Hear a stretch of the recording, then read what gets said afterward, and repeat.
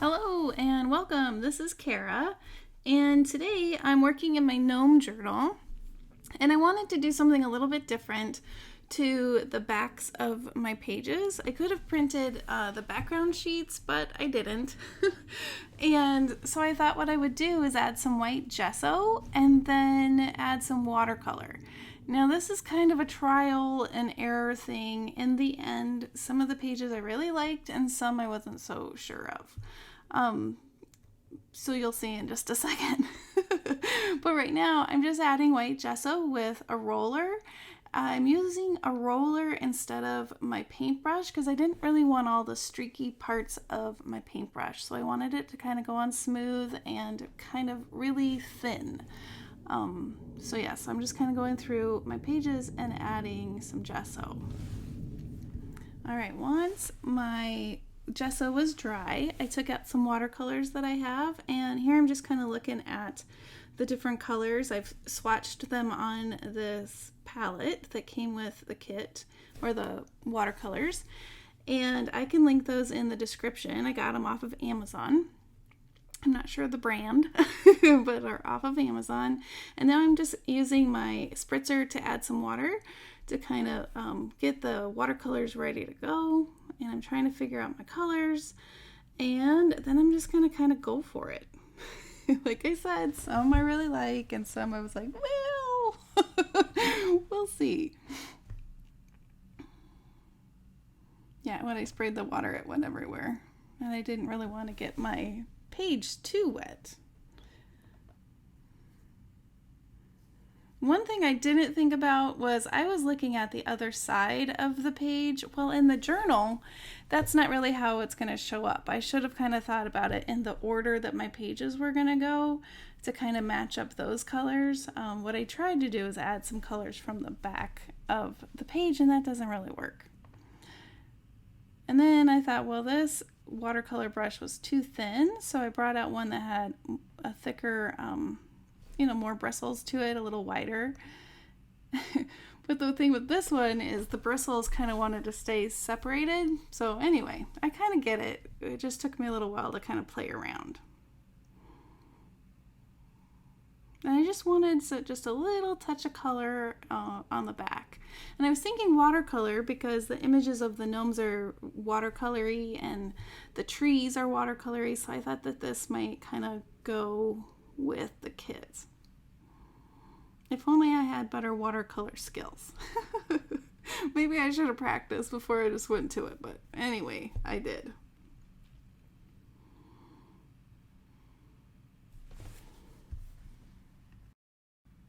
So now I'm getting brave and I'm adding a second color.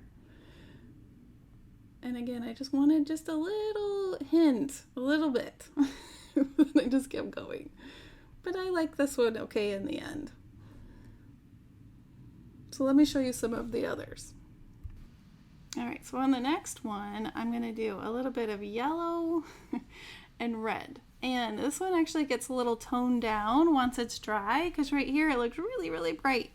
But it actually, I think maybe I came back and added some over it because it looks really bright here, but in the end, it's a lot calmer. And then I go with some horizontals in the green. You'll see that I do this quite a few times, again, because I wasn't sure of my watercoloring skills. I probably should have, like I said, practiced. But here's some more horizontal blue, and then I get crazy and I add some green. I think the thing that we need to remember with digitals is you can print them again. So if it worst comes to worst, you can use the front part as, something that you want to rip up and collage or turn into a pocket. So I just thought, what the heck, I'm going to go for it. Here is my attempt at poinsettias, sorta. And then I add a little center. I do end up liking this one in the end as well. Not a watercolorist by any means, but it's kind of fun to play.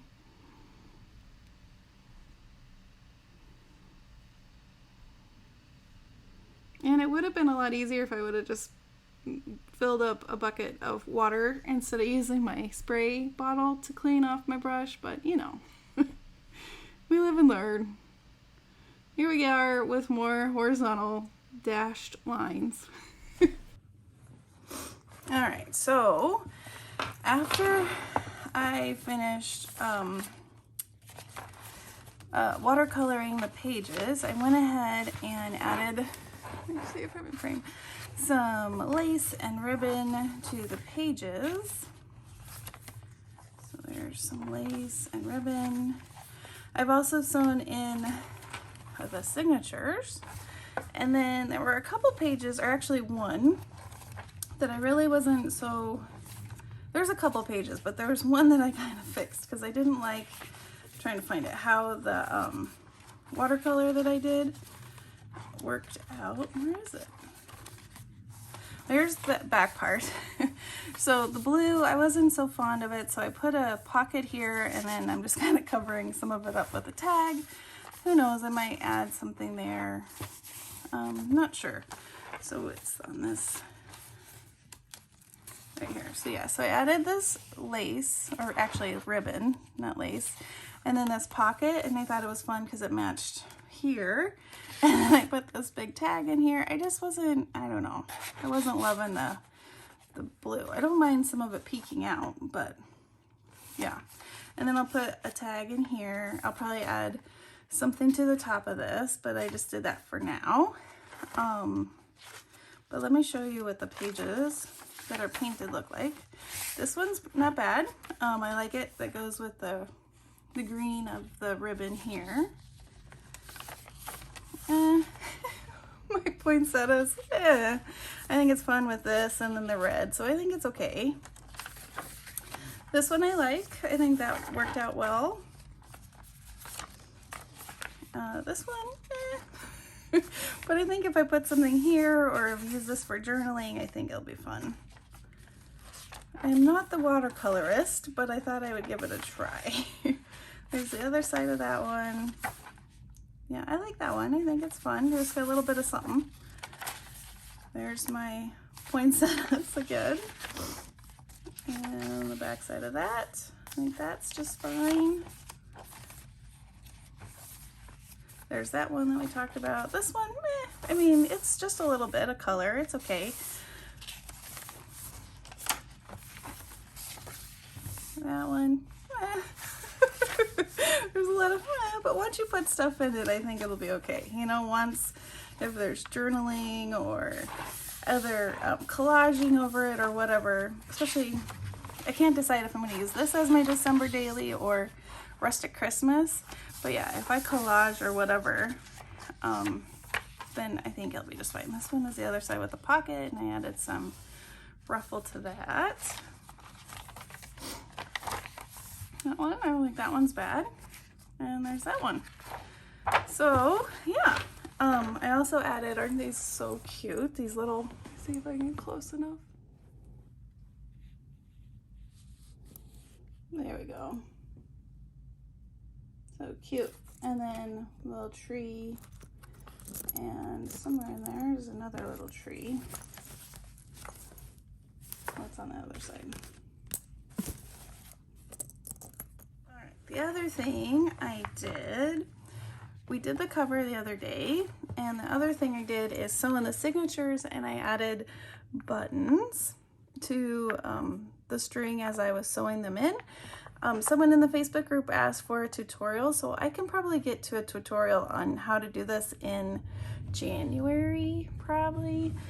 I'll be honest, it took me a couple tries because I didn't like the way I had the buttons the first time. I put these too close together, and then my thread kind of like went into the other thread, and I had to undo it. So it was not a first time perfect kind of thing, but at the end I really like how it turned out.